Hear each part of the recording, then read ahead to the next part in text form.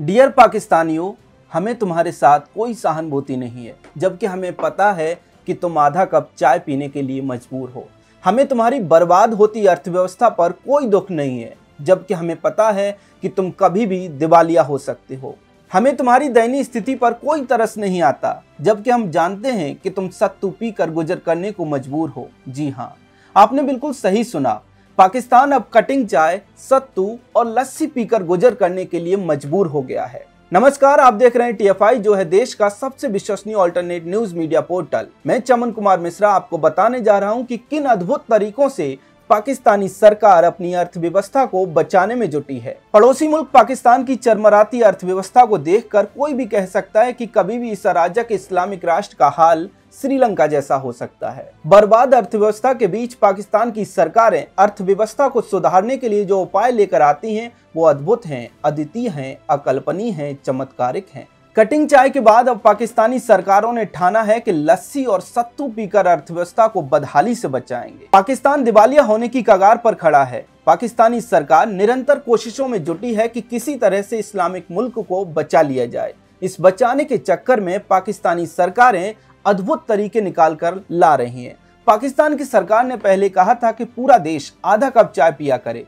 यानी कि कटिंग चाय, जिससे कि अर्थव्यवस्था में सुधार होगा। अब पाकिस्तानी सरकार ने एक और नया तरीका अर्थव्यवस्था को सुधारने का निकाला है। पाकिस्तान के उच्च शिक्षा आयोग ने अब चाय के आयात पर होने वाले खर्च में कटौती के लिए एक नया तरीका दिया है। शिक्षा निकाय ने कुलपतियों से लस्सी और सत्तू जैसे स्थानीय पेय की खपत को बढ़ावा देने के लिए कहा है। उनका कहना है कि इस कदम से न केवल रोजगार बढ़ेगा, बल्कि देश में चल रहे आर्थिक संकट के बीच जनता के लिए आय भी पैदा होगी। पाकिस्तान की सरकार की कोशिश है कि चाय के आयात को कम किया जाए, क्योंकि चाय का आयात करने के लिए भी पाकिस्तान को भीख मांगनी पड़ती है। पहले कटिंग चाय और अब सत्तू और लस्सी। पाकिस्तान तो अजीबोगरीब मुल्क है ही, वहाँ की सरकारें और भी ज्यादा अद्भुत हैं। कटिंग चाय, सत्तू और लस्सी से क्या ही अर्थव्यवस्था में बदलाव करेंगे, लेकिन वो कर भी सकते हैं।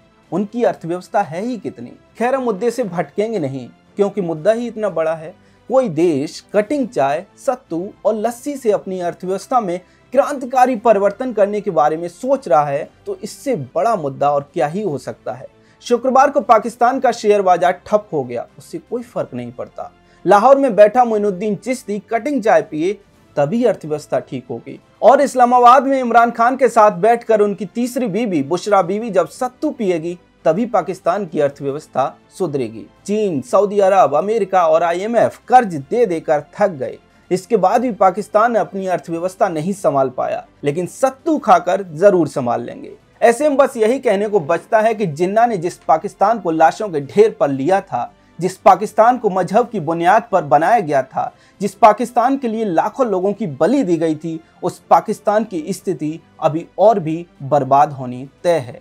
यह तय है क्योंकि यही उस पाकिस्तान का होना है जो आतंकवाद को पालता है, जो भारत के विरुद्ध दिन रात आतंकवादी साजिश रचता है, जो हर मौके पर, हर मंच पर भारत के विरुद्ध जहर उगलता है। यह होना है उस पाकिस्तान का जहां की सरकारें सिर्फ और सिर्फ भारत विरोधी एजेंडा के साथ सत्ता में आती हैं। अंत में एक बात और, अगर अभी भी पाकिस्तान नहीं सुधरा तो वो दिन दूर नहीं जब उन्हें आधा कप चाय भी नसीब नहीं होगी।